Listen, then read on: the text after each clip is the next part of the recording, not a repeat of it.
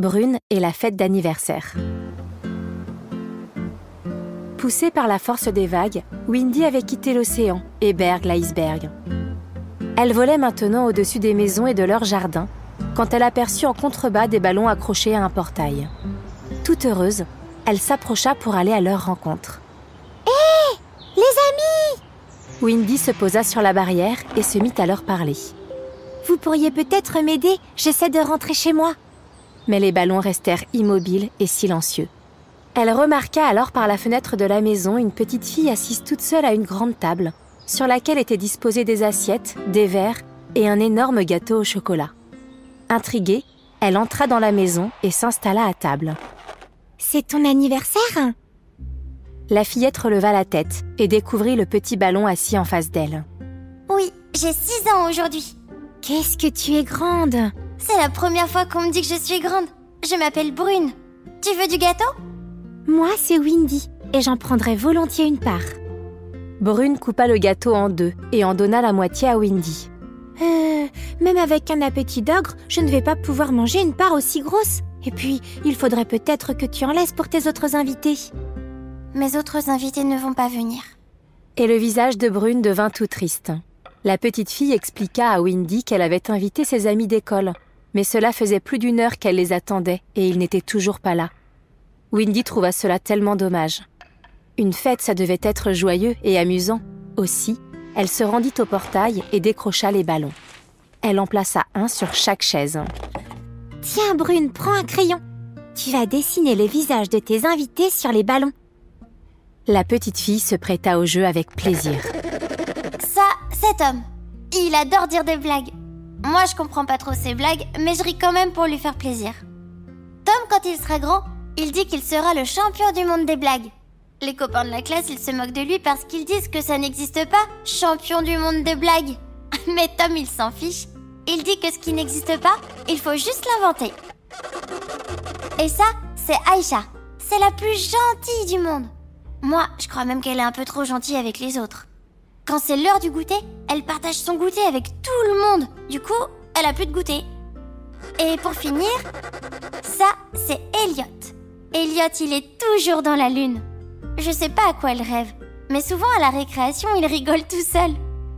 Peut-être que lui, il comprend les blagues de Tom ? Je crois qu'Elliot, il a pas beaucoup d'amis.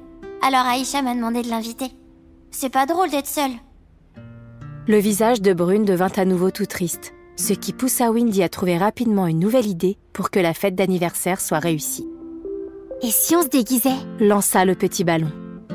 Aussitôt dit, aussitôt fait. Brune retrouva son sourire et fonça dans sa chambre. Quelques minutes plus tard, elle en ressortit avec un déguisement absolument magnifique. Elle portait une cape noire et un serre-tête en forme d'antenne. Tada ! Wow, il est super ton costume. Je suis Super Fourmi, la reine des fourmis. J'adore les fourmis. Tu savais qu'il en existait plus de 10 000 sortes ? Et tu savais qu'elles étaient déjà là à l'époque des dinosaures ? Et attends, tu sais pas le plus incroyable ? Elles peuvent soulever jusqu'à 50 fois leur poids. Quand je mets mon costume de Super Fourmi, je deviens ultra super forte et j'ai plus peur de rien. Moi, depuis que j'ai quitté mon petit monde, je me sens fragile et je crois que j'ai peur de tout. Tu veux que je te fabrique un costume de Super Fourmi ? Comme ça, tu te sentiras aussi forte que moi.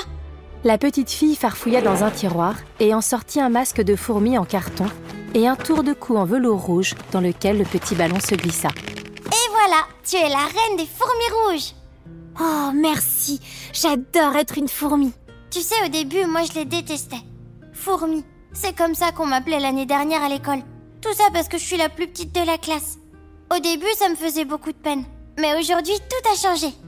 Brune raconta à Windy qu'elle avait découvert dans un livre que ce tout petit insecte était en réalité d'une force et d'une résistance inimaginables.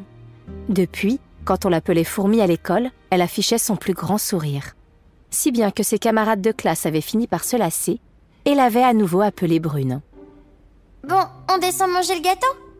La fillette se leva et dévala en trombe les marches, suivie par Windy, qui aperçut par la fenêtre des escaliers 3 enfants qui se dirigeaient vers la maison de Brune.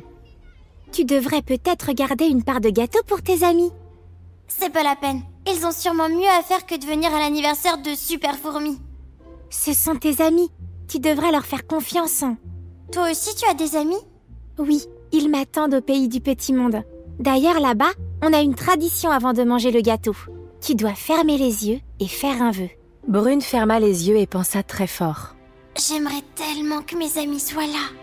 Ça a marché! Brune se précipita pour ouvrir la porte d'entrée. Elle vit Tom, Aïcha et Elliot les bras chargés de cadeaux. Ils étaient en retard à cause d'Elliot qui s'était perdu sur le chemin. Aïcha était gentiment partie à sa recherche, accompagnée par Tom qui en avait profité pour lui raconter toutes les nouvelles blagues qu'il avait inventées pour l'occasion. Brune entraîna ses amis dans le salon, impatiente de leur présenter Windy. Venez, j'ai une invitée surprise! Mais autour de la table, elle ne vit que les ballons gribouillés au visage rigolo. Brune regarda par la fenêtre et aperçut dans son jardin Windy, prête à s'envoler. Au revoir, Brune. Amusez-vous bien. Salut, Windy. Un courant d'air passa alors et Windy en profita pour se laisser porter par le vent. Elle jeta un dernier coup d'œil en bas et vit Brune, Aïcha, Tom et Elliot qui, de là-haut, paraissaient aussi petits que des fourmis.